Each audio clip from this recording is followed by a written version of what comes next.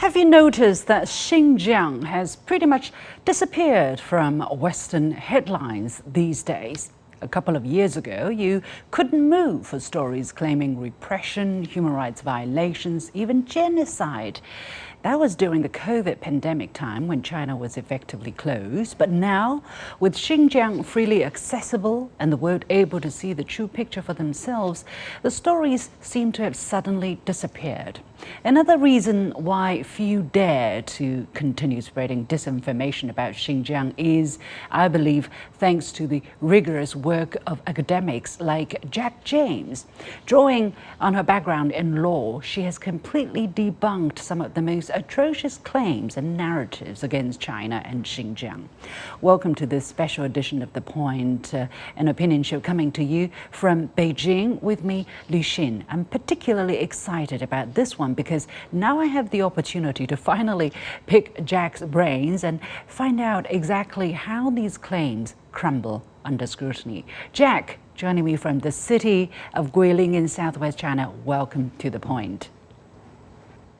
Thank you so much for having me. Jaq, just a quick word about your educational background. Now, you're Australian, you have a Master of Public Policy from Australia's National University, a Master of Education from the University of Southern Queensland, and you're currently undertaking a Master of Law, specializing in international law with the Australian National University. And you were actually admitted as a lawyer with the Supreme Court of the Australian Capital Territory in 2012. So you could have had a very comfortable career by going down the law path, and yet you decided to fight the fights for Xinjiang and against powerful institutions such as the ASPI, the Australian think tank we all know by now, Amnesty International, even the United Nations. How did it all start, and what motivates you? It was purely accidental. During COVID, I was doing freelance legal research. And then one day, a Xinjiang company heard about me and asked if I could help them sue the Australian Strategic Policy Institute in Australia for their Uyghurs for Sale report, because they had lost all of their purchaser contracts because of that report and had to sack all of their Uyghur workers. And I had read the report, the ASPI report, in 2020, and I could see that it was problematic. But I didn't realize just how severe the harms were on the ground in Xinjiang until I heard from this company. So I got curious, I dug deep into the case and returned to law school at Australian National University to study international law to see what I could do to help the Uyghurs who had lost their jobs because of these Western narratives. What have you found from that ASPI analysis, and which have set you off on this path, debunking one after another these kind of reports from powerful houses such as, Amnesty International, the Human Rights Watch, even the UN Human Rights Office? Well, you're right. I have looked at a lot of reports from these Western institutions and international institutions. And I guess if I was being charitable, I would describe them as junk research, but a lot of it is just disinformation. And I can explain why I view it that way. Ever since you have tried several endeavors, for instance, you had a website called Co-West Pro, and then now you have set up another platform called Geo-Law Narratives. You actually have a YouTube channel where you put up a recent video to very critical acclaim. People even want to contribute to what you're doing. What are you trying to do with these efforts, these content, and for what purpose? Well, my training is in law. I am an admitted lawyer, so therefore I care about the law, and I care about evidence, and I care about facts. And all of these principles and institutions that you're trained to hold dear to your heart when you go through law school have just been bastardized by all of these institutions. So I guess it's the lawyer in me that wants to protect the legal frameworks, the international law framework, and also wants to protect victims, to get justice for victims. Also, as an Australian, I have a vested interest because we were talking a few years ago about going to war with China. And the propaganda, the war propaganda, which by the way is illegal under international law, was trying to link the impetus to go to war with the narratives in Xinjiang. So it's really slippery slope stuff. So a lot of this has to be cleaned up. And these are things that are motivating me.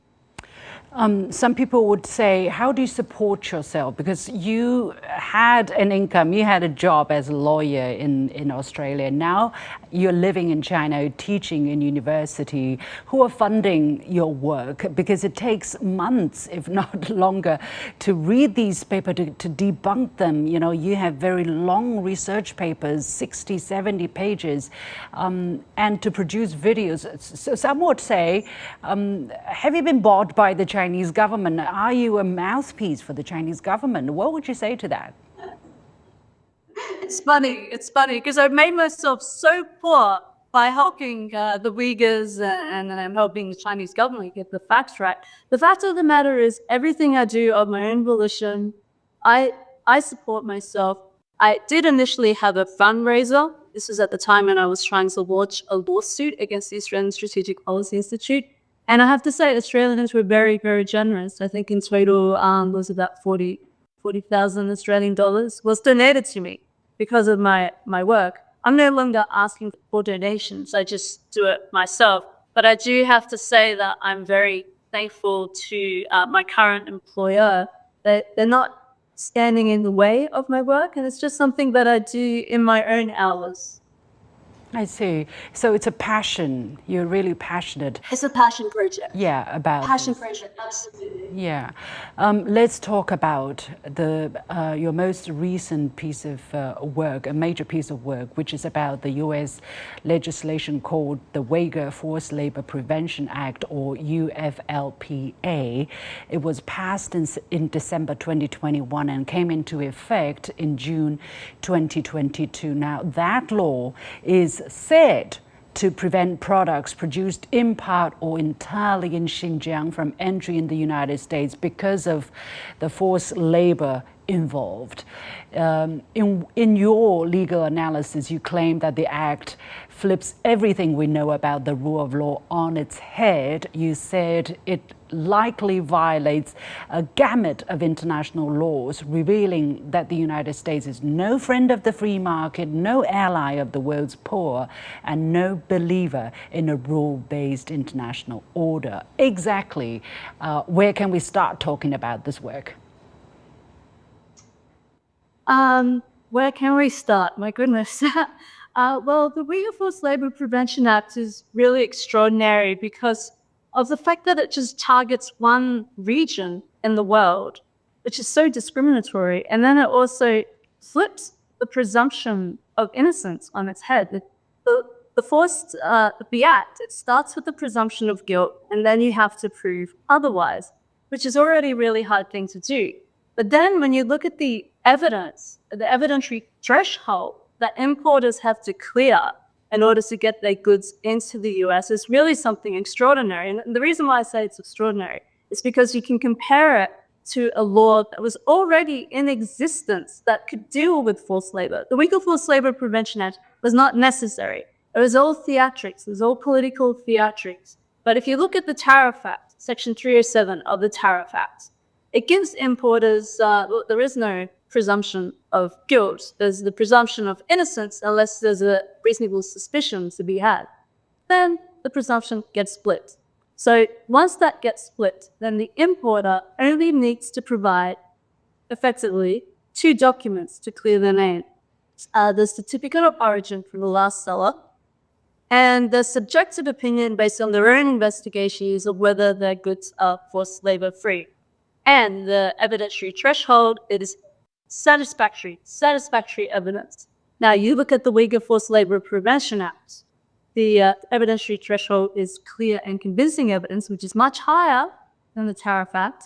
And then you have, on top of that, dozens and dozens and dozens of documents, which really are impossible to satisfy, that you have to pass over to customs to get your shipment in.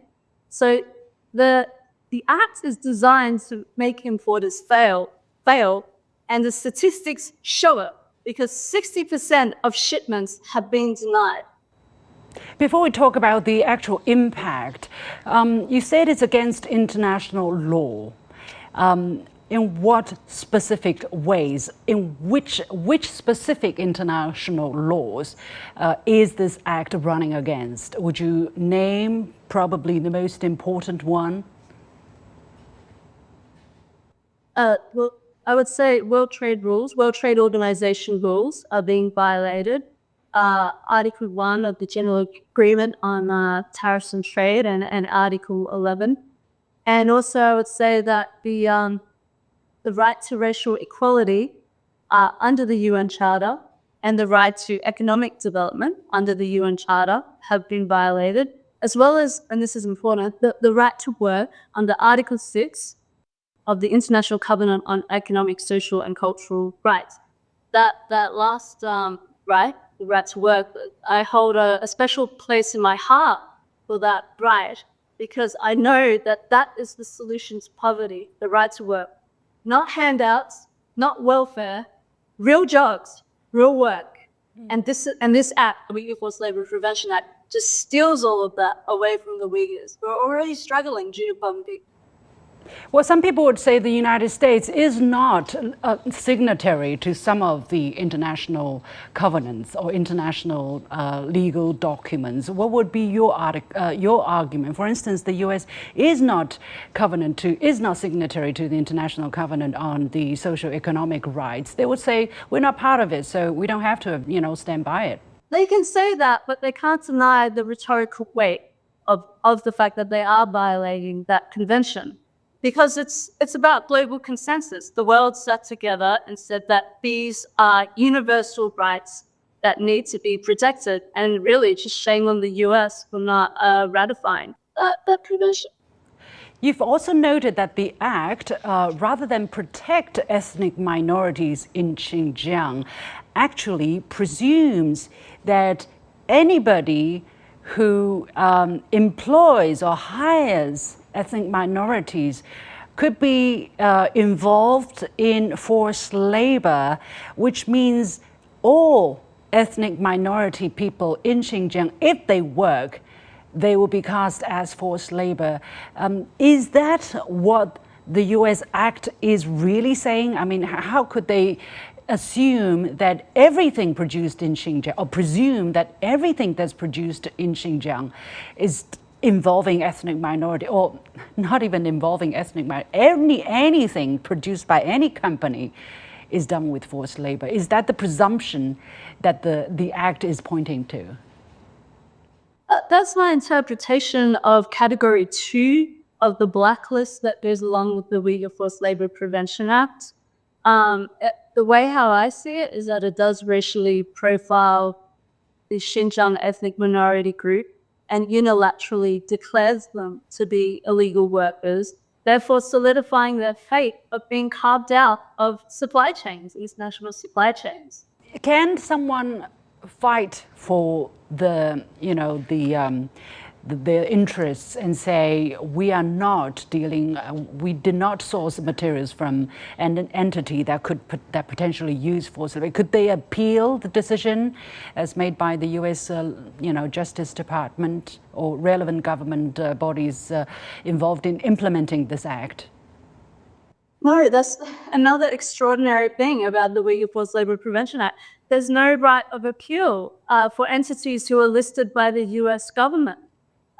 They can submit new information, but just based on the information that the US government has, they can declare that you are a forced labor organization, and that's the end of the story, which really just goes to show that the US has no respect for the rule of law, because it's not really supporting natural justice and due process.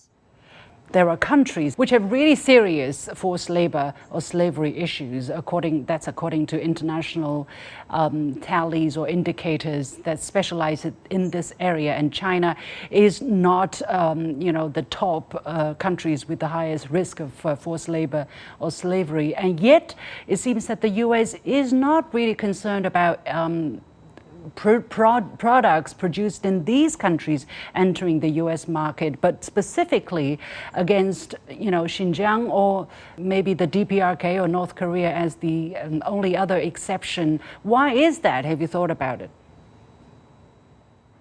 Yeah, well, when I was studying this, one of the things I did consider was, well, where does China sit in the global slavery index? Surely it's got to be in the top 10 or top 3 to justify special legislation targeting China.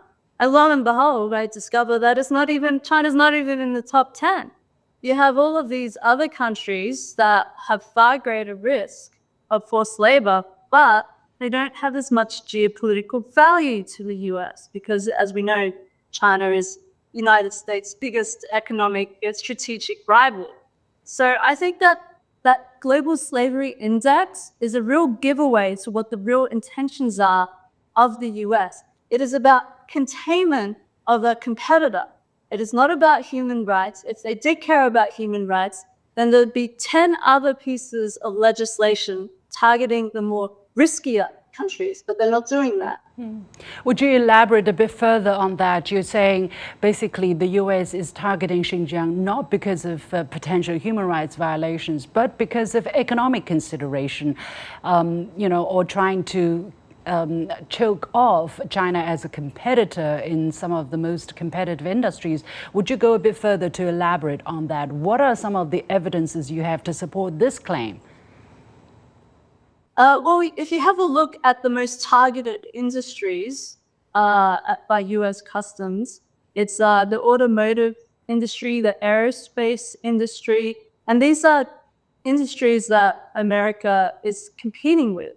And recently, the CSIS has released a report celebrating the fact that a lot of these companies that have divested or separated themselves from Xinjiang are moving into America. So they're taking jobs from the Uyghurs and taking jobs out of China into America based on false premises. I call the Uyghur Forced Labor Prevention Act the Tanya Harding of legislation. Instead of competing fairly, they're just trying to kneecap China. But there's another reason why I believe that this is about economic containment, and that is the geopolitical value of Xinjiang itself. For example, if you read the recent book by Jeff Raby, he's an Australian ambassador, former Australian ambassador to China, and he really makes clear the strategic significance of Xinjiang in Eurasia and how all these different countries throughout history have tried to get a piece of Xinjiang, tried to get their hand on Xinjiang. And this is because it is the trade corridor between Beijing and Eurasia, Central Asia and Europe. So it makes sense. It makes sense why the U.S. is targeting that region in particular. Indeed, if you look at the latest CSIS update on the impact of the so-called Uyghur Forced Labor Prevention Act, it didn't say almost nothing about the impact on improving so-called human rights situation of ethnic minorities, but it started and goes on and on about how companies are divesting and going back to the United States. So it seems that they are very much concerned about the economic impacts of or the economic gains that the United States has made rather than the gains for the rights and benefits of ethnic minorities in Xinjiang. Also very interesting, you were using this sentence, which I found to be quite almost funny. You said to have such an act to stop forced labor in Xinjiang or in China, what they claim to be forced labor, is like to kill a fly with a sledgehammer. Exactly what do you mean by that? Why do you make such an analogy? The reason why I say that the Uyghur Forced Labor Prevention Act is trying to crack an egg with a sledgehammer, because you just have to look at the statistics that's put out by U.S. Customs. As I had mentioned earlier, 40% of shipments are eventually cleared, while 60% are denied. 40%, that's a huge amount to be detained sitting at the ports waiting for clearance. When if it's not a high risk region, and it's not, because we know that from the Global Slavery Index, it just doesn't make sense to insert these delays. Those delays come with costs. And then even with the 60% denial, I don't believe that they've identified forced labor in that 60% volume. It really comes down to, from my perspective, that the US government has set such a high evidentiary standard for clearing the bar that it's almost impossible for importers to do this. That's why I said it's a sledgehammer. One of the astonishing thing is people are taking it for facts that there is forced labor in Xinjiang. I mean, some people in the West, whether they choose to believe so, whether they really actually do believe in so, in this narrative. And one of the main reasons they quote or they cite is a August 2022 report by the United Nations Office of the High Commissioner for Human Rights, which was not signed by the High Commissioner herself at that time. But anyway, this report was released. It claimed that crimes against humanity may have been committed in Xinjiang. But you have debunked that report very thoroughly in as one of your major works, and you said you very much thought it was not professional and it was not reliable. What is the number one reason you say so? It's a little bit difficult to pick one reason, because the problem when you're in a defensive position, which is what I'm taking, is that the other side has it really easy. They can just throw out these rhetorical bombs. Oh, there's forced labor, there's crimes against humanity, there's genocide. That's easy. But then to try and explain why it's not the case, it's a very boring and convoluted process. You have to go back to the law, you have to go back to the definitions, you have to go back to the evidence, and slowly but surely build the case of why your opposition is incorrect. But what I would say about the UN's report is really the people who worked on it should be ashamed of themselves, because it is their role to protect the human rights of ethnic minorities who are disadvantaged, in this case, poverty, but also because of extremist ideology that was going on in the region. That extremist ideology was going to put structural impediments in the way of young girls and women reaching their full potential, whether it was educational or economic, or even family potential.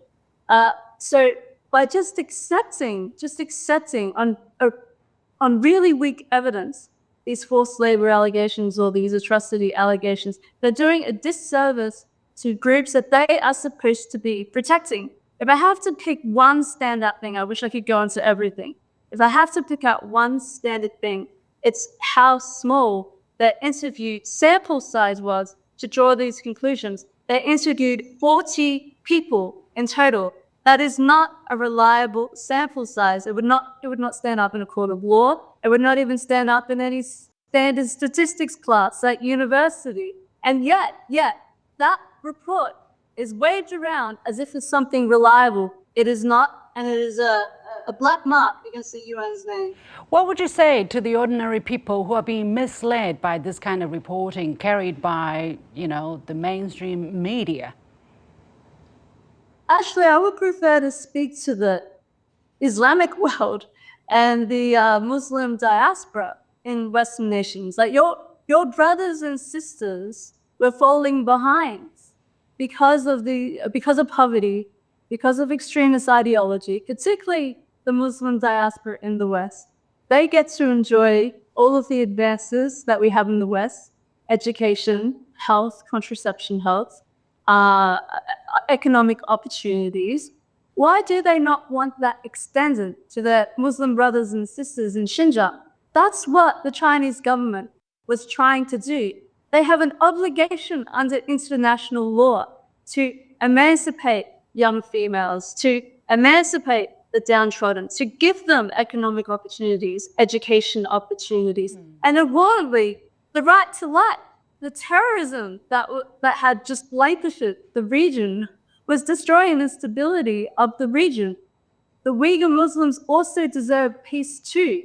So I would implore the Islamic world, please put a critical eye to everything that comes out of these Western institutions. Don't accept it at face value. And please, since these narratives are built around law, please stick to the law. Laws have strict definitions. Laws have evidentiary thresholds. If you're going to make these allegations, you have to meet the legal requirements. Very little meets the legal requirements. Finally, I got 1 minute left. Jaq, you must have received a lot of flack and made quite some enemy because you're a warrior. You pull no punches and you name names. Why are you not deterred? In a couple of sentences, if you will. Well, I'm not. Look, it's my personality. I'm very stubborn. That's all it is. I'm just a very stubborn person. But look, also because it's the right thing to do. Who is standing up for the truth, and who is standing up for the Uyghurs, other than the Chinese government? Very few people are. I also feel that because of my Islamic heritage and my Central Asian heritage, I have a greater empathy for what is going on in Xinjiang. And this is probably an emotional reason why I interest myself in this project. Almost forgot, Jaq, I'm going to give you the opportunity to talk about it because you were critical on China's side as well in doing a poor job in terms of international communication, in terms of putting up a very formidable and sound rebuttal, even legal action against such legislation.